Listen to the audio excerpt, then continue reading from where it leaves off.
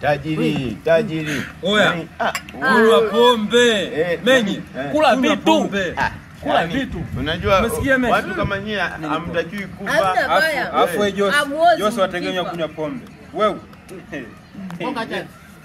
Konga chazi. Wewe.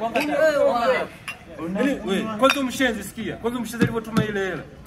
Nikasema wewe kuwachukua wanakosana hapo ndo sisi. Leo ndio. Sisi ndio tunaokuzidi. Lazima tunywe. Unajua kwa msikia.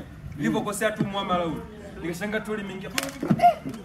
Kula vitu msizime. Kula kwanza utaongea. Kula kwanza. Ongea ile simu kula vitu. Hello. Bosi. Umetumia hela? Kaka tayari. Umetumia hela sanga mbona mimi sijaona? Nilijua. Ndio ile iliyoingia hapa. Kaka tayari.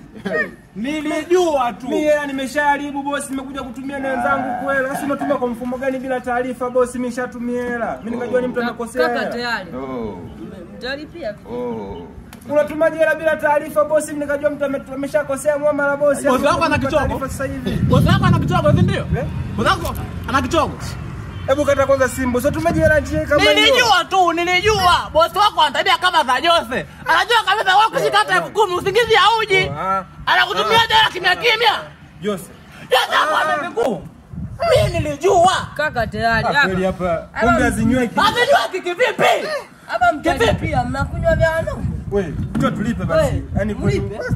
Tumekula hela yako ni ya kwako. Wewe, walikosea muamala, hiyo ni ya kwako. Kumbe azinyweki. Azinyweki kivipi? Nani? Wewe, nichangie mimi shilingi ngapi? Sasa sikiliza. Wewe ujinga wako nani akuchangie? Yaani umetuita wewe mwenyewe kwa pointi zako. Mimi appointment ya hivyo msiki. Wewe ujinga wako nani akusikiliza? Hey, huko ngoja. Sasa nilipa ni hela kazi. Wewe Jose nini wewe?